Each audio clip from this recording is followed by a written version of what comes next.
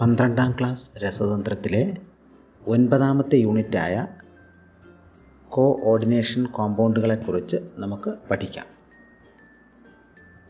Simple molecules കൂടിച്ചേർന്നുണ്ടാകുന്ന സംയുക്തങ്ങളാണ് double സോൾട്ടുകളും കോഓർഡിനേഷൻ കോമ്പൗണ്ടുകളും. ഇവയിൽ ഡബിൾ സോൾട്ടുകൾ ജലത്തിൽ ലയിച്ചാൽ അവ വിഘടിച്ച് സിമ്പിൾ അയോണുകളെ വീണ്ടും തരുന്നു. എന്നാൽ കോഓർഡിനേഷൻ സംയുക്തങ്ങൾ ജലത്തിൽ ലയിക്കുമ്പോൾ കോംപ്ലക്സ് അയോണുകളെ തരുന്നു. കോഓർഡിനേഷൻ സംയുക്തങ്ങളെക്കുറിച്ച് പഠനം നടത്തി അവയിലെ ബോണ്ടിങ്ങിനെപ്പറ്റി ആദ്യമായി ഒരു സിദ്ധാന്തം ആവിഷ്കരിച്ചത് ആൽഫ്രഡ് വെർണറാണ്. അദ്ദേഹത്തെ കോഓർഡിനേഷൻ കെമിസ്ട്രിയുടെ പിതാവ് എന്നറിയപ്പെടുന്നു. വെർണറുടെ കോഓർഡിനേഷൻ തിയറി അനുസരിച്ച് ഒരു കോഓർഡിനേഷൻ കോമ്പൗണ്ടിലെ സെൻട്രൽ മെറ്റലിന് 2 തരം ലിങ്കേജുകൾ സാധ്യമാണ്: primary ലിങ്കേജും secondary ലിങ്കേജും. Primary linkage ionisable ആണ്, എന്നാൽ സെക്കൻഡറി ലിങ്കേജ് നോൺ അയണൈസബിൾ ആണ്. പ്രൈമറി ലിങ്കേജ് മെറ്റലിൻ്റെ ഓക്സീകരണാവസ്ഥയെ കുറിക്കുന്നു. സെക്കൻഡറി ലിങ്കേജ് മെറ്റലിൻ്റെ കോഓർഡിനേഷൻ നമ്പറിനെ കുറിക്കുന്നു. പ്രൈമറി ലിങ്കേജ് നോൺ ഡയറക്ഷണൽ ആണ്, എന്നാൽ സെക്കൻഡറി ലിങ്കേജ് ഡയറക്ഷണലാണ്. ഇത് കോഓർഡിനേഷൻ സംയുക്തത്തിന് നിശ്ചിത ജ്യോമെട്രിക്കൽ ഷേപ്പ് നൽകുന്നു. പ്രൈമറി വാലൻസിയെ ഡോട്ടഡ് ലൈൻ കൊണ്ട് സൂചിപ്പിക്കുമ്പോൾ സെക്കൻഡറി വാലൻസിയെ തിക്ക് ലൈൻസ് കൊണ്ട് സൂചിപ്പിക്കുന്നു. ഒരു കോഓർഡിനേഷൻ കോമ്പൗണ്ടിൽ ഒരു ട്രാൻസിഷൻ മെറ്റൽ അയോൺ കാണപ്പെടുന്നു. ഇതിനെ സെൻട്രൽ മെറ്റൽ എന്ന് വിളിക്കുന്നു. ഇതുമായി കോഓർഡിനേറ്റ് ബോണ്ട് ഫോം ചെയ്യുന്ന നെഗറ്റീവ് അയോണുകളോ ന്യൂട്രൽ മോളിക്യൂൾസോ കാണപ്പെടുന്നു. ഇവയെ ലിഗാൻഡുകൾ എന്ന് വിളിക്കുന്നു. സെൻട്രൽ മെറ്റലും ലിഗാൻഡും ഒരുമിച്ച് കോഓർഡിനേഷൻ സ്ഫിയർ എന്നറിയപ്പെടുന്നു. വ്യത്യസ്ത തരം ലിഗാൻഡുകൾ. ഒരു ലിഗാൻഡിൽ മെറ്റലുമായി കോഓർഡിനേറ്റ് ബോണ്ട് ഫോം ചെയ്യുന്ന ആറ്റത്തെ ഡോണർ ആറ്റം എന്ന് വിളിക്കുന്നു. ഒരു ലിഗാൻഡിലെ ഡോണർ ആറ്റങ്ങളുടെ എണ്ണം അനുസരിച്ച് അവയെ മോണോഡെൻഡേറ്റ്, ബൈഡെൻഡേറ്റ്, പോളിഡെൻഡേറ്റ് എന്നിങ്ങനെ തരംതിരിക്കാം. മോണോഡെൻഡേറ്റ് ലിഗാൻഡുകൾക്ക് ഉദാഹരണങ്ങളാണ് H2O. അതിനെ അക്വ അല്ലെങ്കിൽ അക്വോ എന്ന് വിളിക്കുന്നു. അതിൻ്റെ ചാർജ് 0 ആണ്. NH3 ലിഗാൻഡായി വരുമ്പോൾ അമിൻ എന്നാണ് അതിനെ വിളിക്കുന്നത്. ലിഗാൻഡായി NH3 എഴുതുമ്പോൾ അമിൻ എന്നതിൽ 2M എഴുതേണ്ടതാണ്. ഇതിൻ്റെയും ചാർജ് 0 ആണ്. CO കാർബണൈൽ ലിഗാൻഡ്, അതിൻ്റെയും ചാർജ് 0 ആണ്. Cl chlorido, charge -1. Cn cyano, charge -1. Bidentate ലിഗാൻഡുകൾക്ക് ഉദാഹരണങ്ങളാണ് ഈഥൈൻ 1,2 ഡയമീൻ, ഇതിൻ്റെ ചാർജും 0 ആണ്. C2O4 ഓക്സലേറ്റോ, charge -2. പോളിഡെൻഡേറ്റ് ലിഗാൻഡിന് ഒരു ഉദാഹരണമാണ് ഹെക്സാഡെൻഡേറ്റ് ലിഗാൻഡായ എഥിലീൻ ഡയമീൻ ടെട്രാ അസറ്റേറ്റ്. ഇതിനെ ചുരുക്കി EDTA എന്ന് വിളിക്കുന്നു. ഇതിൻ്റെ ചാർജ് -4 ആണ്. ഒന്നിലധികം വ്യത്യസ്ത ഡോണർ ആറ്റങ്ങൾ അടങ്ങിയ മോണോഡെൻഡേറ്റ് ലിഗാൻഡുകൾക്ക് ഉദാഹരണങ്ങളാണ് NO2, SCN- തുടങ്ങിയവ. ഇവയ്ക്ക് ഒരു സമയം ഒരു ഡോണർ ആറ്റത്തിലൂടെ മാത്രമേ മെറ്റലുമായി ലിങ്കേജ് സാധ്യമാവുകയുള്ളൂ. ഇത്തരം ലിഗാൻഡുകളെ ആംബിഡെൻഡേറ്റ് ലിഗാൻഡുകൾ എന്നറിയപ്പെടുന്നു.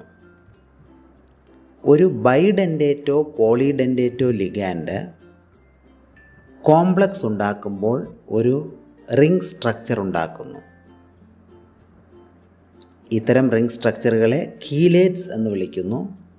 കീലേറ്റുകൾ ഉണ്ടാക്കാൻ കഴിവുള്ള ഇത്തരം ലിഗാൻഡുകളെ കീലേറ്റിംഗ് ലിഗാൻഡുകളെന്നും വിളിക്കുന്നു.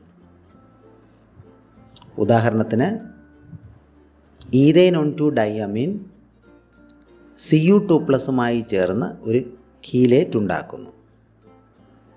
ഒരു മെറ്റൽ എത്ര ലിഗാൻഡ് ഡോണർ ആറ്റങ്ങളുമായി ലിങ്കേജിലാണ് എന്നത് ആ മെറ്റലിൻ്റെ കോഓർഡിനേഷൻ നമ്പർ എന്നറിയപ്പെടുന്നു. ഉദാഹരണത്തിന് NiNH3 4 2+ എന്നതിൽ നിക്കലിൻ്റെ കോഓർഡിനേഷൻ നമ്പർ 4 ആണ്. PtCl6 2- എന്നതിൽ പ്ലാറ്റിനത്തിൻ്റെ കോഓർഡിനേഷൻ നമ്പർ 6 ആണ്. FeC2O4 3- എന്ന കോംപ്ലക്സിൽ C2O4 എന്നത് ബൈഡൻഡേറ്റ് ലിഗാൻഡാണ്. ഓരോ ലിഗാൻഡും 2 ലിങ്കേജ് മെറ്റലുമായി ഉണ്ടാക്കുന്നു. അതിനാൽ 3 C2O4 ലിഗാൻഡുകളും ചേർന്ന് 6 ലിങ്കേജ് അവിടെ ഉണ്ട്. അതുകൊണ്ട് Feയുടെ കോർഡിനേഷൻ നമ്പർ 6 ആണ്.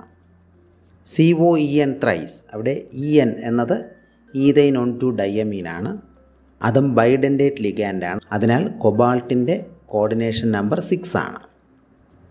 ഒരേ ഇനം ലിഗാൻഡുകൾ മാത്രമടങ്ങിയ കോംപ്ലക്സുകളെ അല്ലെങ്കിൽ കോർഡിനേഷൻ കോമ്പൗണ്ടുകളെ ഹോമോലെപ്റ്റിക് കോംപ്ലക്സുകൾ എന്ന് വിളിക്കുന്നു. ഒന്നിലധികം വ്യത്യസ്ത ലിഗാൻഡുകൾ അടങ്ങിയ കോർഡിനേഷൻ കോമ്പൗണ്ടിനെ ഹെറ്ററോലെപ്റ്റിക് കോംപ്ലക്സ് എന്നും വിളിക്കുന്നു. കോഓർഡിനേഷൻ സംയുക്തങ്ങളുടെ IUPAC നെയിമിംഗ്. സാധാരണയായിട്ട് ഒരു അയോണിക് സംയുക്തത്തെ നെയിം ചെയ്യുമ്പോൾ കാറ്റയോണുകളെയാണ് ആദ്യം നെയിം ചെയ്യുന്നത്. പോസിറ്റീവ് അയോണുകളെയാണ് ആദ്യം നെയിം ചെയ്യുന്നത്. NaCl sodium chloride. അവിടെ Na+ എന്ന പോസിറ്റീവ് അയോണാണ് ആദ്യം നെയിം ചെയ്യുന്നത്. അതുപോലെ തന്നെയാണ് ഒരു കോഓർഡിനേഷൻ സംയുക്തത്തെ നെയിം ചെയ്യുമ്പോഴും കാറ്റയോണിനെയാണ് ആദ്യം നെയിം ചെയ്യുന്നത്, അത് കഴിഞ്ഞ് ആനയോൺ. ഒരു കോംപ്ലക്സ് അയോൺ നെയിം ചെയ്യുമ്പോൾ ലിഗാൻഡുകളെയാണ് ആദ്യം നെയിം ചെയ്യുന്നത്, അതിനുശേഷം സെൻട്രൽ മെറ്റൽ നെയിം. ലിഗാൻഡുകൾ ഒരേ ഇനം ലിഗാൻഡ് ഒന്നിലധികം എണ്ണം ഉണ്ടെങ്കിൽ അതിൻ്റെ എണ്ണത്തെ കുറിക്കാൻ ഡൈ, ട്രൈ, ടെട്ര തുടങ്ങിയ വാക്കുകൾ മുൻപിൽ ചേർക്കുന്നു, പ്രിഫിക്സായി ചേർക്കുന്നു. എന്നാൽ ലിഗാൻഡിൻ്റെ പേരിൽ നമ്പറിനെ കുറിക്കുന്ന ഒരു വാക്ക് ഉണ്ട് എങ്കിൽ, ഉദാഹരണത്തിന് ഈഥൈൻ ഓൺ ടു ഡൈഅമീൻ, അത്തരം ലിഗാൻഡുകളുടെ എണ്ണത്തെ കുറിക്കാൻ ബിസ്, ട്രിസ്, ടെട്രാക്കിസ് തുടങ്ങിയ വാക്കുകൾ എഴുതിയ ശേഷം ലിഗാൻഡിൻ്റെ പേര് ബ്രാക്കറ്റിനുള്ളിൽ എഴുതുന്നു. ഒന്നിലധികം വ്യത്യസ്ത ലിഗാൻഡുകൾ ഉണ്ടെങ്കിൽ അവയെ ആൽഫബറ്റിക്കൽ ഓർഡറിൽ എഴുതേണ്ടതാണ്. കോംപ്ലക്സ് പാർട്ട് നെഗറ്റീവ് ചാർജ് ഉള്ളതാണെങ്കിൽ സെൻട്രൽ മെറ്റലിൻ്റെ പേര് ATEയിൽ അവസാനിപ്പിക്കണം. കോംപ്ലക്സ് പാർട്ട് പോസിറ്റീവ് ചാർജ് ഉള്ളതോ ന്യൂട്രലോ ആണെങ്കിൽ മെറ്റലിൻ്റെ പേര് അതുപോലെ തന്നെ എഴുതണം. അവിടെ ATE ചേർക്കേണ്ടതില്ല.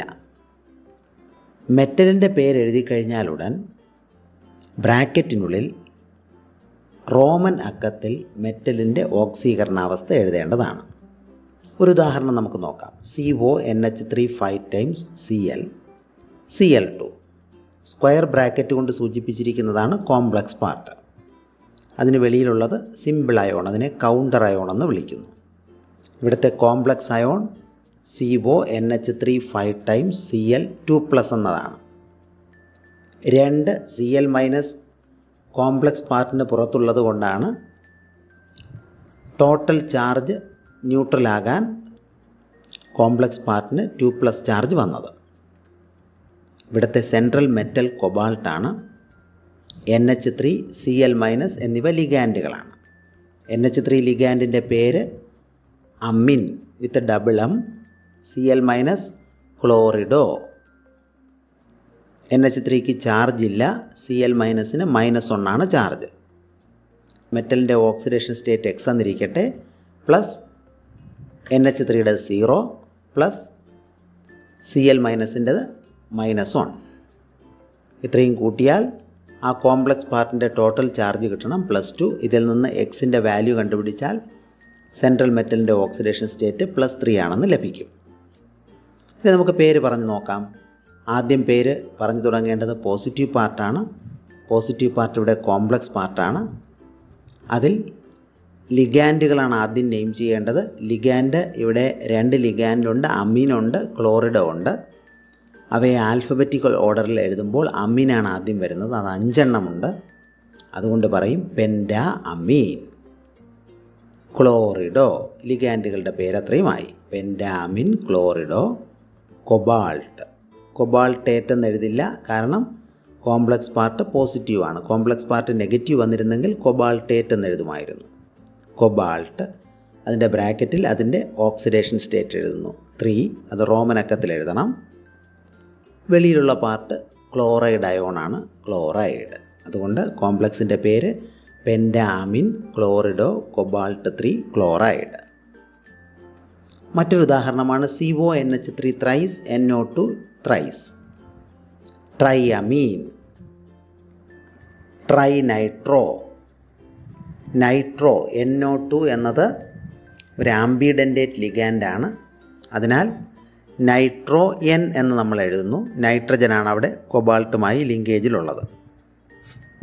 സെൻട്രൽ മെറ്റലിൻ്റെ പേര് കൊബാൾട്ട്, അതിൻ്റെ ഓക്സീകരണാവസ്ഥ 3.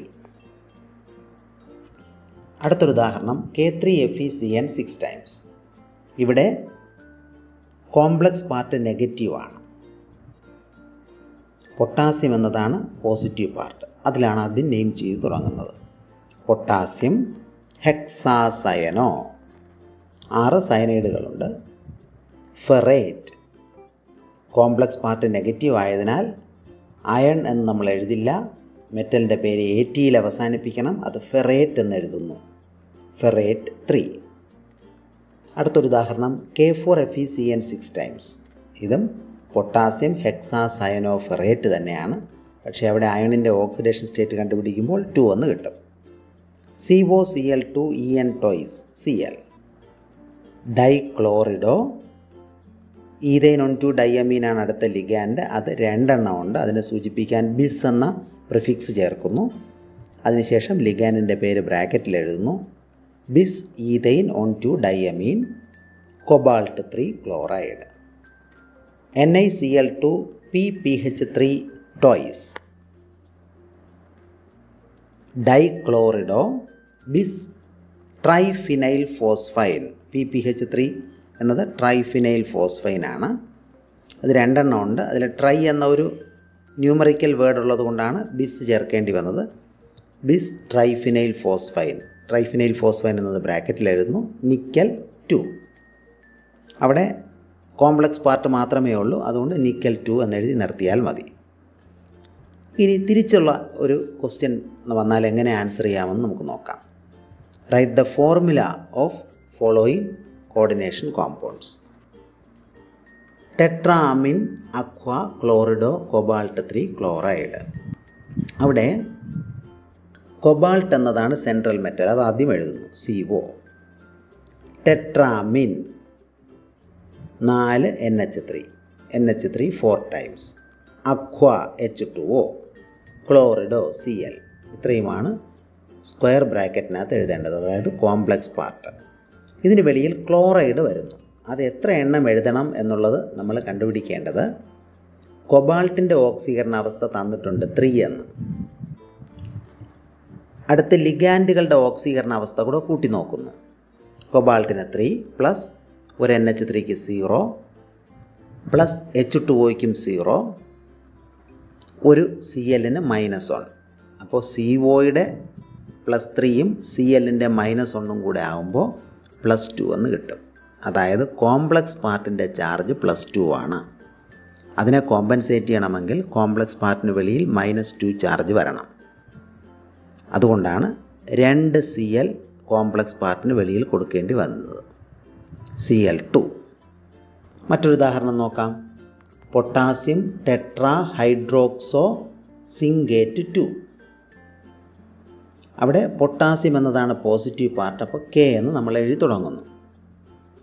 Zn zinc tetra hydroxo OH 4 times. എങ്ങനെയാണ് K2 കൊടുക്കേണ്ടി വന്നത് എന്ന് നമുക്ക് നോക്കാം. സിങ്കിൻ്റെ ഓക്സീകരണാവസ്ഥ 2 എന്ന് തന്നിട്ടുണ്ട്. അപ്പോൾ 2 ഒരു OHൻ്റെത് -1 ആണ്. അങ്ങനെ 4 OH ഉണ്ട്. അപ്പോൾ 4 മൈനസ് ചാർജും ഒരു സിങ്കിൻ്റെ +2 തമ്മിൽ കൂട്ടുമ്പോൾ -2 എന്ന് വരും. അതായത് കോംപ്ലക്സ് പാർട്ടിന് -2 ആണ് ചാർജ്. അതിനെ കോമ്പൻസേറ്റ് ചെയ്യണമെങ്കിൽ വെളിയിൽ വരുന്ന പൊട്ടാസ്യം 2 എണ്ണം വരണം. Potassium tri oxalato aluminate 3 K3Al(C2O4) thrice. അവിടെയും കോംപ്ലക്സ് പാർട്ട് നെഗറ്റീവ് ആണ്. പൊട്ടാസ്യം 3 എണ്ണം കൊടുക്കേണ്ടി വരുന്നത് കോംപ്ലക്സ് പാർട്ടിന് -3 ചാർജ് വരുന്നത് കൊണ്ടാണ്. Dichlorido bis ethane on two diamine cobalt 3 CO Cl2 En twice plus. Positive charge വരുന്നത് കൊബാൾട്ടിന് 3 ചാർജാണ്. -2 2 ക്ലോറിൻ്റെത്. En ചാർജ് ഇല്ല, 0 ആണ്. അപ്പോൾ 3 - 2 +1 എന്ന് കിട്ടും. Tetra carbonyl nickel 0 NiCO4 times. Coordination സംയുക്തങ്ങൾ കാണിക്കുന്ന ഐസോമെരിസത്തെക്കുറിച്ചാണ് ഇനി നമുക്ക് പഠിക്കേണ്ടത്. ഒന്ന് സ്ട്രക്ചറൽ ഐസോമെരിസം. ലിഗാൻഡുകൾ സെൻട്രൽ മെറ്റലിൽ അറേഞ്ച് ചെയ്തിരിക്കുന്ന സ്ട്രക്ചറിലെ വ്യത്യാസം കൊണ്ടുണ്ടാകുന്നതാണ് സ്ട്രക്ചറൽ ഐസോമെരിസം. ഇത് പ്രധാനമായും 4 തരത്തിലുണ്ട്. ഒന്ന് അയോണൈസേഷൻ ഐസോമെരിസം. കോഓർഡിനേഷൻ സ്ഫിയറിനുള്ളിലും വെളിയിലുമുള്ള ആറ്റംസ് അല്ലെങ്കിൽ ഗ്രൂപ്പുകൾ പരസ്പരം എക്സ്ചേഞ്ച് ചെയ്യുന്നത് വഴി ഉണ്ടാകുന്നതാണ് അയോണൈസേഷൻ ഐസോമെരിസം. ഇവ ജലത്തിൽ ലയിച്ചാൽ വ്യത്യസ്ത അയോണുകളെ തരുന്നു. ഉദാഹരണം CONH3 5 times BrSO4 CONH3 5 times SO4 Br. ആദ്യത്തേതിൽ Br ലിഗാൻഡായും SO4 കൗണ്ടർ അയോണായും വരുന്നു. അടുത്ത കോമ്പൗണ്ടിൽ SO4 ലിഗാൻഡായും Br കൗണ്ടർ അയോണായും വരുന്നു. ഹൈഡ്രേറ്റ് ഐസോമെരിസം. ലിഗാൻഡായും വാട്ടർ ഓഫ് ഹൈഡ്രേഷനായും വരുന്ന ജല തന്മാത്രകളുടെ എണ്ണത്തിലെ വ്യത്യാസം കൊണ്ടുണ്ടാകുന്നതാണ് ഹൈഡ്രേറ്റ് ഐസോമെരിസം. ഇതിനെ സോൾവേറ്റ് ഐസോമെരിസം എന്നും വിളിക്കുന്നു. ഉദാഹരണങ്ങൾ നൽകിയിരിക്കുന്നു.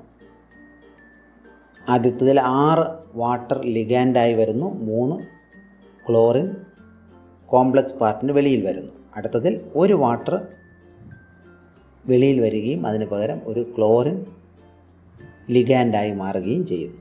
ഇത്തരത്തിൽ വരുന്ന ഐസോമറുകളാണ് ഹൈഡ്രേറ്റ് ഐസോമറുകൾ. ലിങ്കേജ് ഐസോമെരിസം.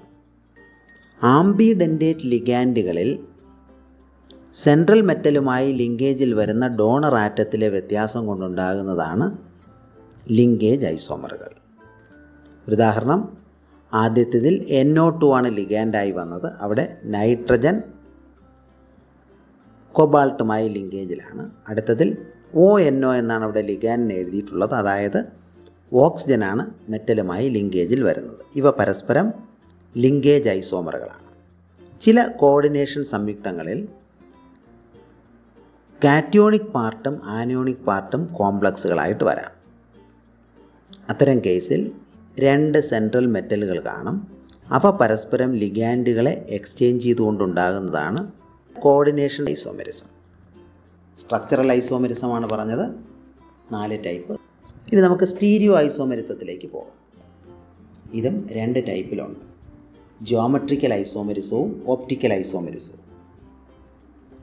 സ്ക്വയർ പ്ലനാറും ഒക്ടാഹെഡ്രലും കോംപ്ലക്സുകൾ ജിയോമെട്രിക്കൽ ഐസോമെരിസം തരുന്നു. അവിടെ പ്രധാനമായും ഓർമ്മിക്കേണ്ട ഒരു കാര്യം, ടെട്രാഹെഡ്രൽ കോംപ്ലക്സുകൾ ജിയോമെട്രിക്കൽ ഐസോമെരിസം തരുന്നില്ല. ടെട്രാഹെഡ്രൽ കോംപ്ലക്സുകൾ ജിയോമെട്രിക്കൽ ഐസോമെറിസം കാണിക്കുന്നില്ല. കാരണം ഒരു ടെട്രാഹെഡ്രൻ്റെ ഏത് പൊസിഷൻ എടുത്താലും പരസ്പരം അവ ഐഡൻറ്റിക്കലാണ്. അതിനാൽ വ്യത്യസ്ത ഐസോമറുകൾ അത് തരുന്നില്ല. ജിയോമെട്രിക്കൽ ഐസോമെറിസം പ്രധാനമായും രണ്ട് തരത്തിലുണ്ട്. ഒന്ന് സിസ് ട്രാൻസ് ഐസോമെറിസം.